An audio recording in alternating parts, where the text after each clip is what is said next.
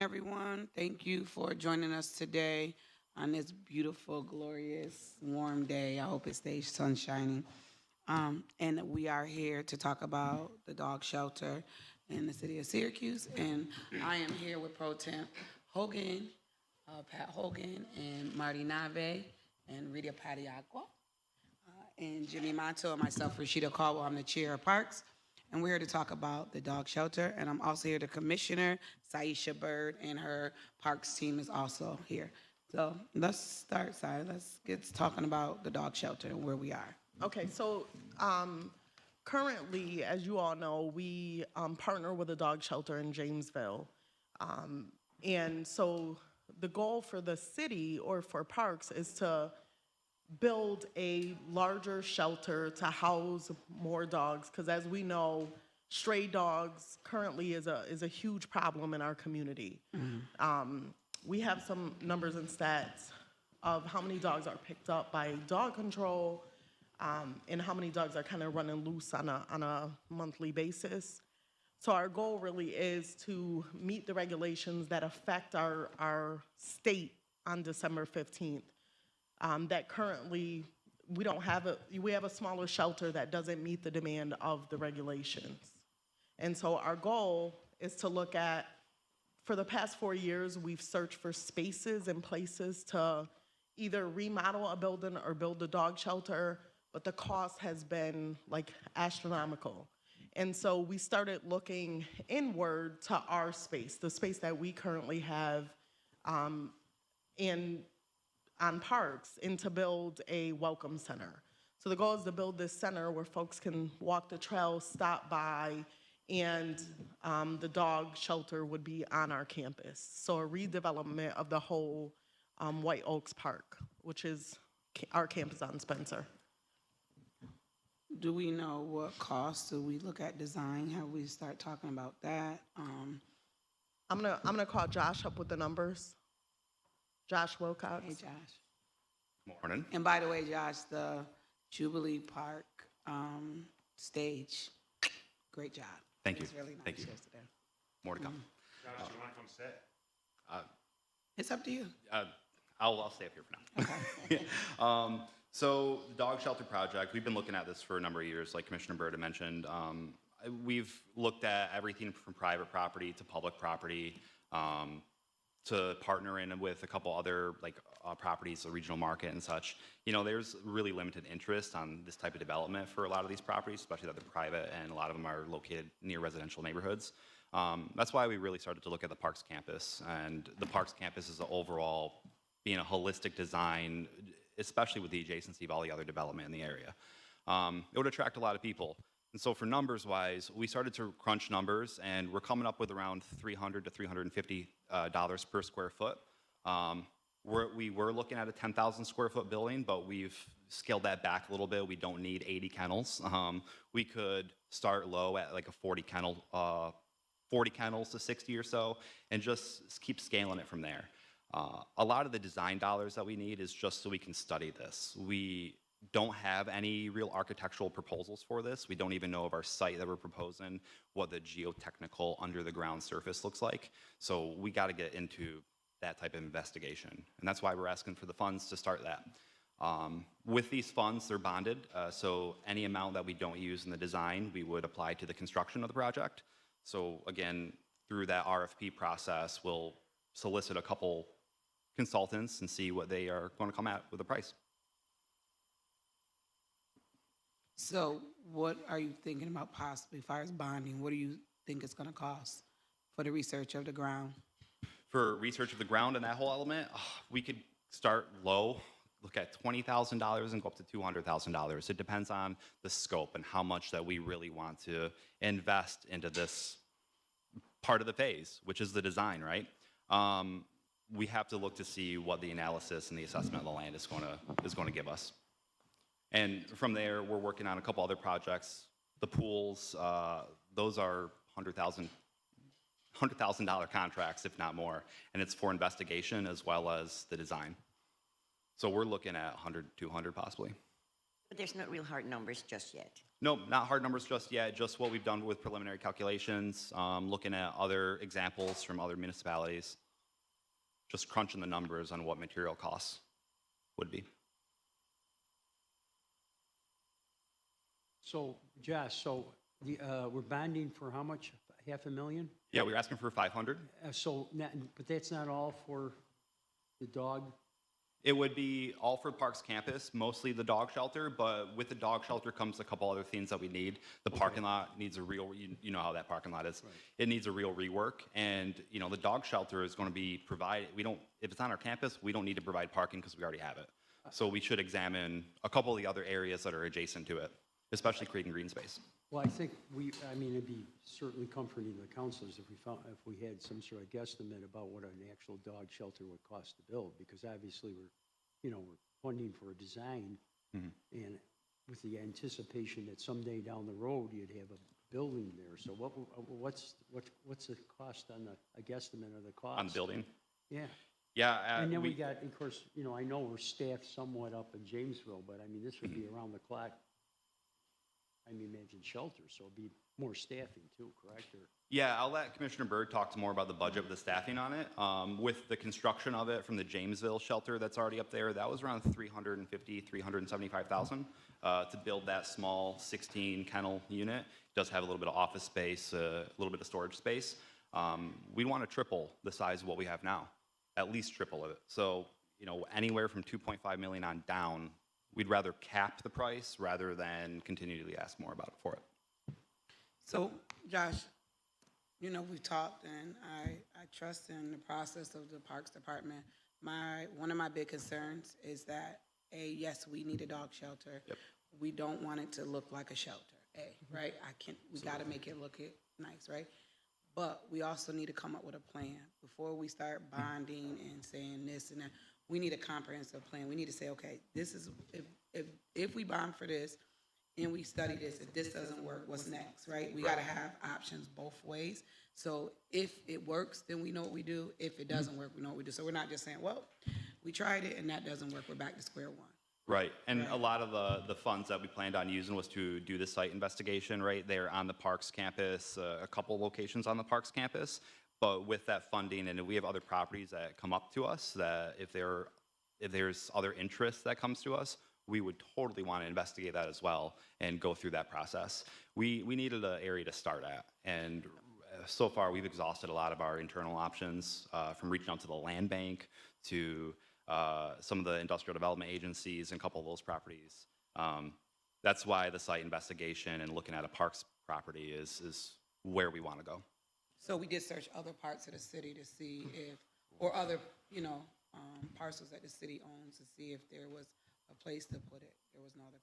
Yeah, nothing's coming up that's not adjacent to residential neighborhoods. A lot of those cluster developments are for the housing projects. We looked at cluster development on the east side, where the bread factory is. That wouldn't be a viable option. Where what is? Where one of the land bank properties is on the east side. Yeah, one of those, how to cluster them together, it wasn't an option. We looked at Westmoreland again, and that field, and that's definitely not an option because it's so close and it's used. We've been all over the city. We're going to take Greenery Park away from the kids. Yeah, so we don't want it. That was a big thing too, is taking green space away. Like we have the opinion we'd rather develop on land that's already been developed rather than taken away. Did we ever do any kind of environmental testing or anything like that on that property on the far Erie Boulevard West, I believe it was, at the end? Yeah, Erie Or Boulevard. we just supposed that it was a brownfield issue? The one adjacent to Light Park? No, the one Erie Oh. Boulevard. Oh yeah, the Osaida property. Here we go. What? Now that was a site of property? Matt OJ, Commissioner of Assessment. So we conducted a competitive bid process last year, put out an RFP to see if the market could turn over anything appropriate for us. One property that a number of us walked through on Erie Boulevard West, former automotive facility. There's no doubt that it's not clean. We didn't conduct any phase one on it. I don't think the owner did either. But between the acquisition cost, 7 figures, and the likely history of the property, just didn't think it was wise to get into a property like that. And I imagine the city is very vigilant as far as code violations on that property and all that. I have no making doubt. sure that the owner, secures it and all, and those Yeah. things, right? And I think he was a pretty conscientious property owner, but yeah.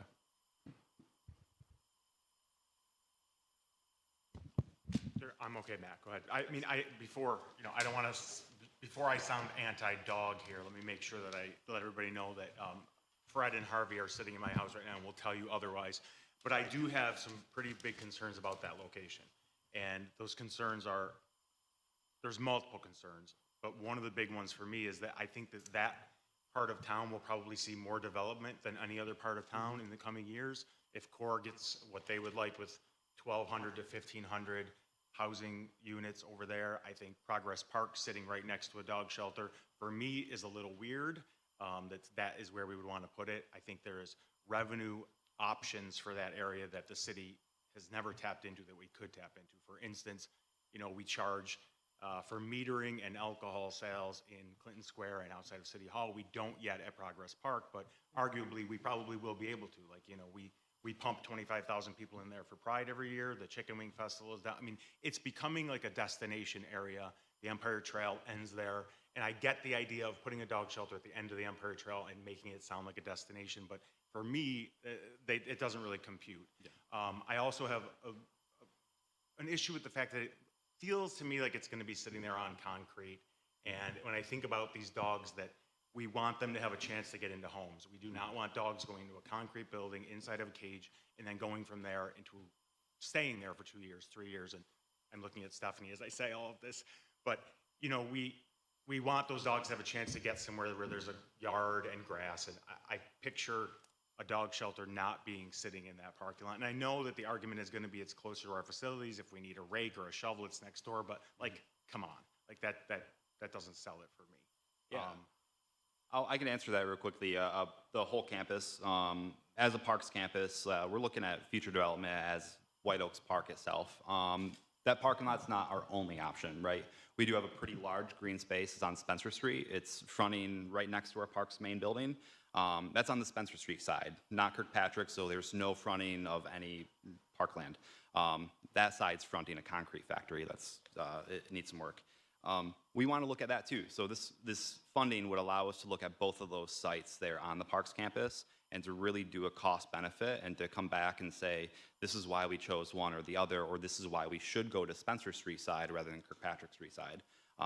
Again, the parking lot rework right there, it's going to be a key because we can increase the amount of surface area that we could actually use for the dog shelter just by reorganizing a little bit. I think, so my second part is exactly what Councilor Caldwell said. She's exactly right. I think like a comprehensive plan to decide how we get in the business of, we are entering into the dog business, which we're in right now with 16 kennels, but when we put it in the middle of the city and we increase those kennels to 40, 50, 80 is probably a dream scenario, right? Do we have a plan on what to do when someone drives in from the town of Lysander and drops off 8 puppies at our doorstep, which is going to happen because that is what happens, or they start dropping off cats or guinea pigs or whatever animal that they decide is disposable, right? I think coming up with a plan, a comprehensive plan, like Rashida said, is like the first thing we should be doing. Like, this is what we're gonna do. Here's a big, broad plan, and then come to us and say, give us $500,000 to study the following 3 locations. Like, I think Rashida's right on. And one of the other things is, I would like to, because we don't have like drawings, and it would be nice for the community to see like where you're talking about. I know where you're talking about. I think the counselor knows where you're talking about. But just so the community knows, like, okay, this is Spencer, this is Kirkpatrick, this is what it looks like. This is where we could be. It doesn't have to be like drawings of like what you're building, but like where we're looking at, right? Like location maps. Yeah, this is where we're mapping out to, put the dogs and make sure that they have somewhere to go. I mean, we have to address the situation.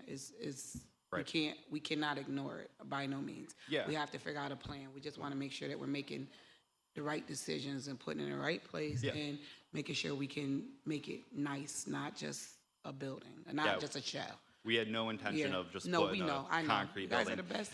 One We of the know. big themes too was like at least we have a lot of internal capacity to design this, and that is a good thing that we have coming into this is that we can actually put together a cool plan that's going to be a cool plan, Right. a plan that's going to really show people what the idea is.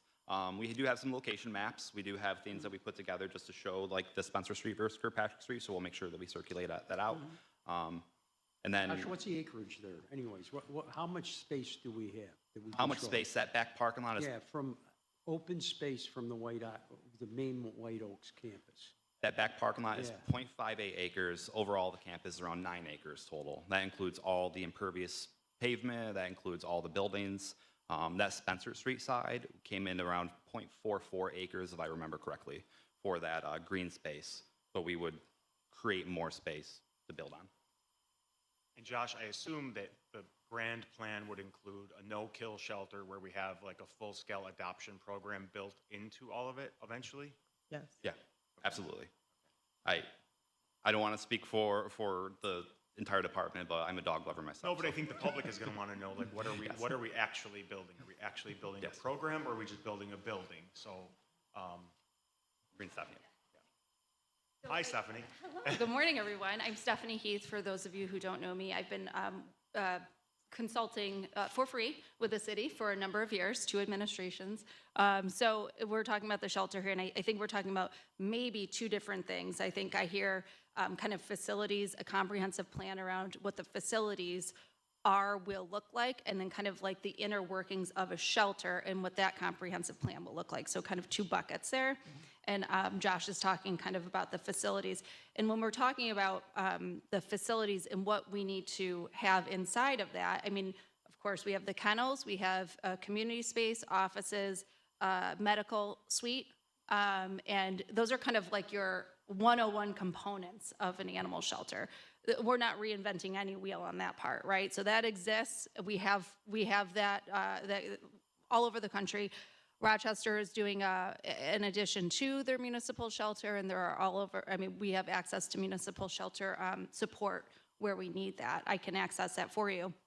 So we've got that, then we've got kind of the long-term planning and sustainability of an animal shelter, and what does that need? So that needs your employees' policy, and kind of like, what does that look like moving forward to ensure that it's supporting the needs of Syracuse?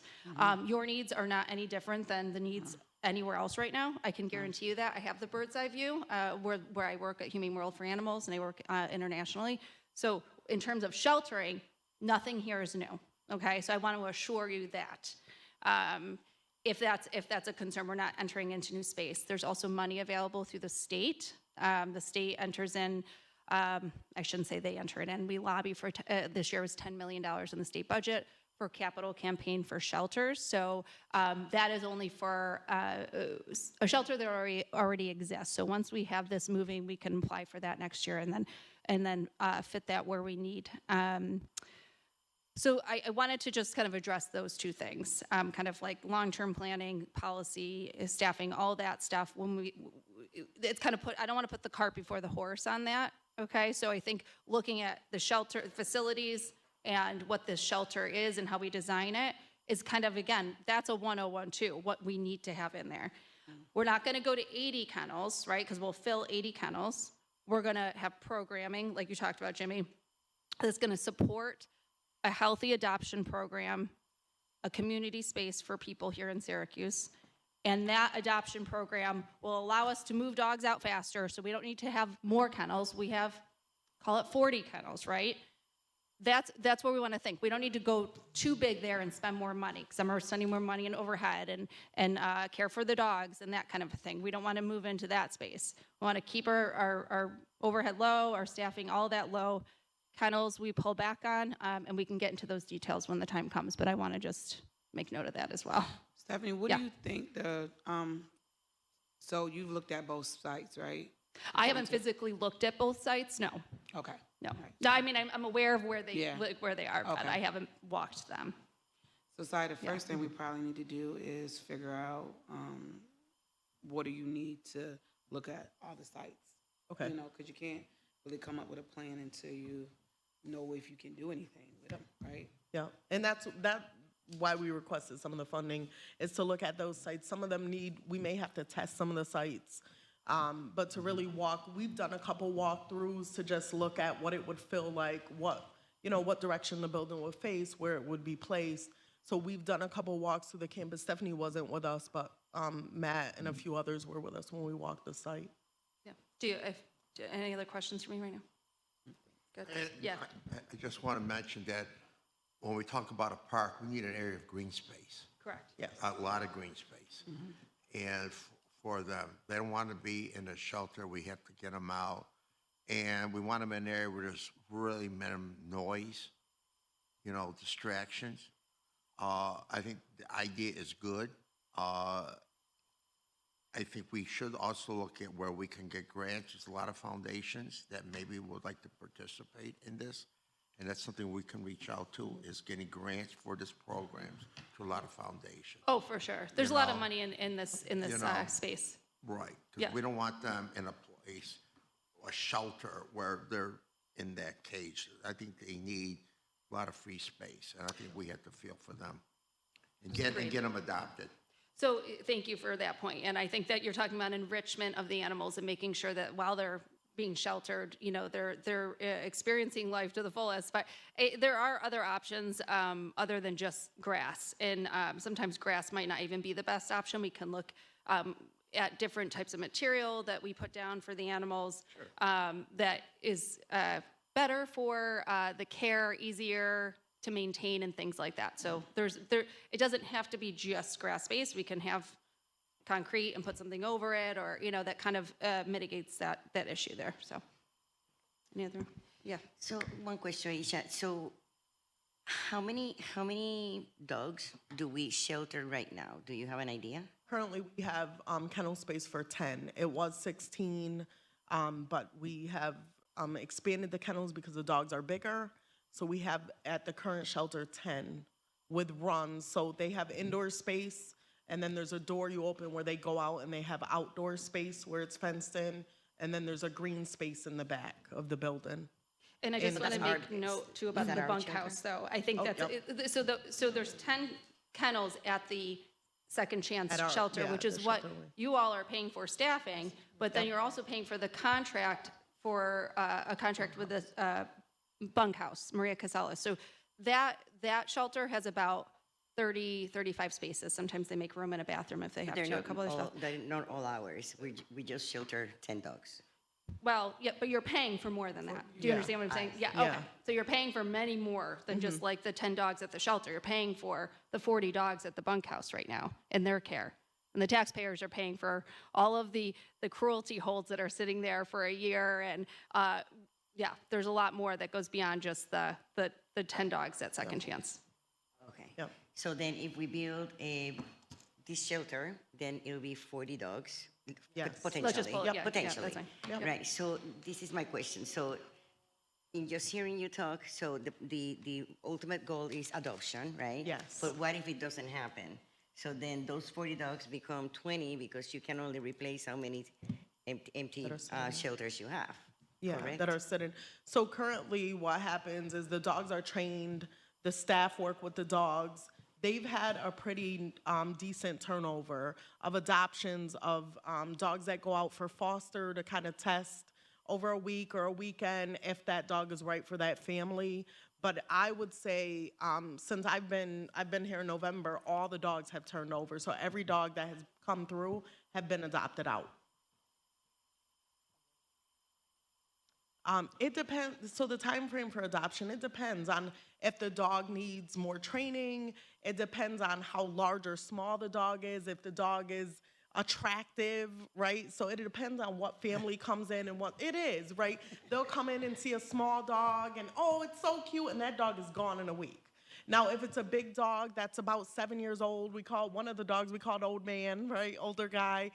He was, slept a lot, laid around a lot. They take longer, right? The older the dog is, the longer the adoption process is sometimes. But sometimes a family comes in looking for an older dog. It depends on who we attract to the shelter to adopt those dogs out. There's also stigmas around certain breeds that Yeah. play a role, Yep. and I would assume that we're going to get a lot of those breeds. A lot of those do come from the city at this point, would you say, Stephanie? Like we have Yeah, for sure. I mean, we get a lot of small breeds and then a lot of like bully type dogs. But I mean, it's a mix. And yeah, and I just want to make note too of something. So I want just to kind of give again more of for your context. the reason we've had such an issue, not just in Syracuse, but across the board with shelters and them being full, is because adoptions have decreased significantly. There are national numbers we can look at. It's not that there are more of them, it's just that the shelters are full and people aren't adopting. So the adoptions have significantly decreased. Actually, cat adoptions are higher than dog adoptions right now, so that's pretty wild.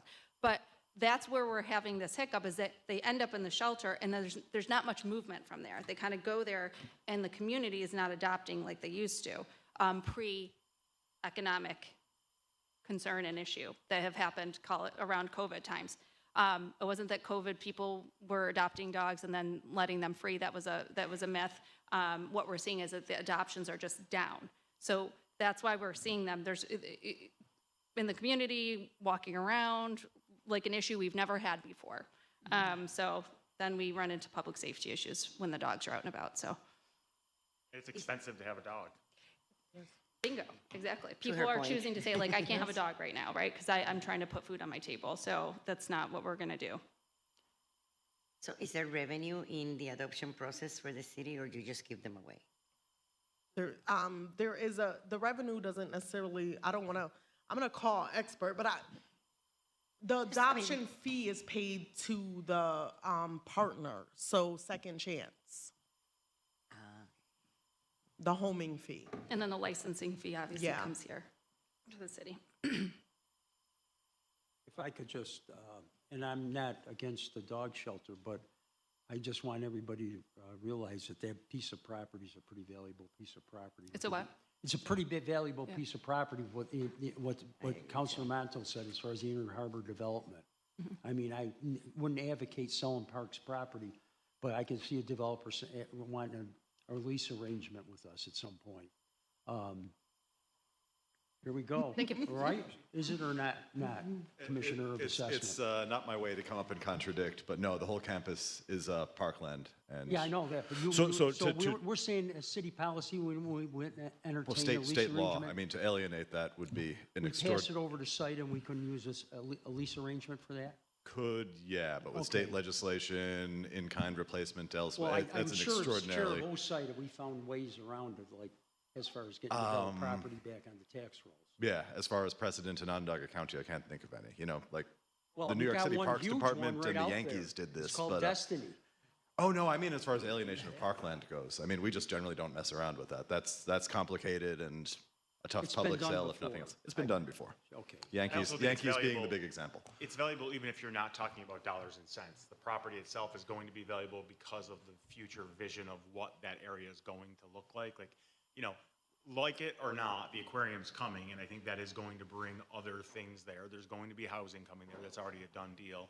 Probably more restaurants, I would hope. So And I a think giant like parking garage, probably. a parking garage. I just think we have to look at a comprehensive. I keep going back to what Rashida just said, like a big comprehensive overhead view of what that area is going to look like, and then talk about this little stuff. And I wouldn't have. I think we agree with that. Once again, I don't advocate selling Parks property. No, I wasn't trying to portray that, but just coming in to say no, I don't think we'll ever dispose of anything on that block. Well, But hey, I won't be here forever. yes. And listen, full disclosure, my heart is in that park because it is called Progress Park and the Pride Festival is there. And there's, you know, it's not a big secret that I'm a gay dude sitting here. But I will say this, like that area has seen a turnaround. That parking lot where the festival is was problematic for many years for many reasons, and it's not anymore. We have the Parks Department and the administration and the council have been very, very strategic in how we landscape it, how we clean it, how we, you know, police it or not police it, and treat it in a way that it's no longer a problematic area. And I would like to see it actually like be a city asset. No doubt, but Across I the would board. add that the process with which Parks has gone about this, with our support, epitomizes intentionality and deliberation. I really think we saw this corner, and thought this was a way to enhance, not at all detract from what's been done Yeah, I think recently. so too. I mean, I totally, love what my fellow council say, but I don't think the shelter is going to be something negative. I think it's actually going to be something positive to that neighborhood, and to wait for what might be when we gotta, we've been Like waiting. we envision walking the dogs in the, Absolutely. in the park with maybe adopt me signs. I think sometimes, yes, adoption is slow, right? But I think often, especially currently, the dogs are in Jamesville, right? How often do you travel up to Jamesville to look at, adopting a dog? So don't. you have to, no, you have to go to Mike. 1 second, sorry. For those who don't know me, I'm AJ, city architect in parks. So when we look at this corner, I know we're saying we need the master plan. We need to look at what's happening down the road. But unfortunately, one of the main concerns right now is legislation's changed. We have to adopt to that. We can't wait on the shelter to see if there's a restaurant or a parking garage or anything like that. We need to move forward, unfortunately. So luckily, I do have an extensive design background, so whatever is going to go there will look nice. We're not gonna have some concrete brutalist moment. It's gonna look like something that belongs in a city, that serves the public, that offers a community aspect to it. So whatever we do there, it's gonna look nice. That will be my promise. And luckily, hopefully, on budget. But I believe, Stephanie, do you wanna speak more to the legislation and why it's required? I think this is because I'm capturing a handful of you here. I think I want to share as much as I can.